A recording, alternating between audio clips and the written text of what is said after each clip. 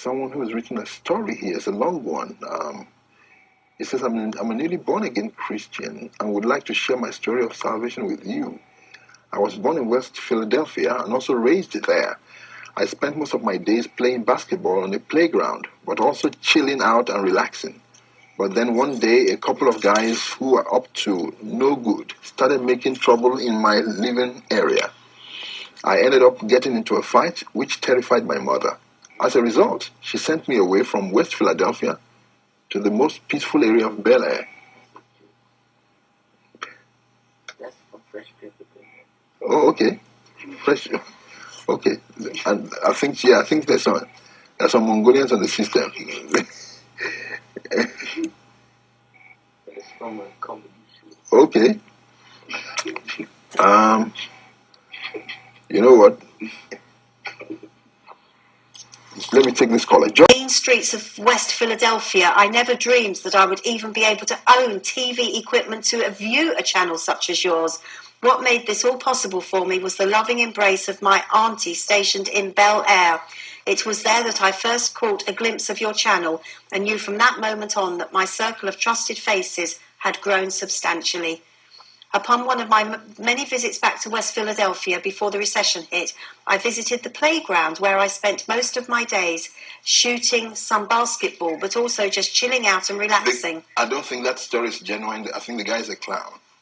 He's a joker. He's been sending that material to all the programs. All right, okay, well, let's delete him. Okay. And we'll permanently delete him from the list. Apparently, the story is, what has been sending through is the story of the Prince of Bel Air, the black guy. Oh, yes, I know, yes.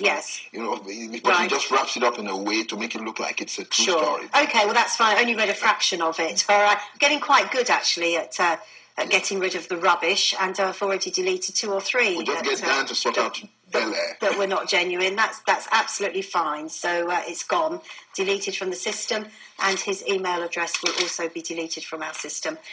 Hey, please pray for my cousin Carlton and my uncle Phil, who have both been having a very hard time finding jobs. Thank you so much, Will. So that's for Carlton and Phil, who are having trouble finding jobs.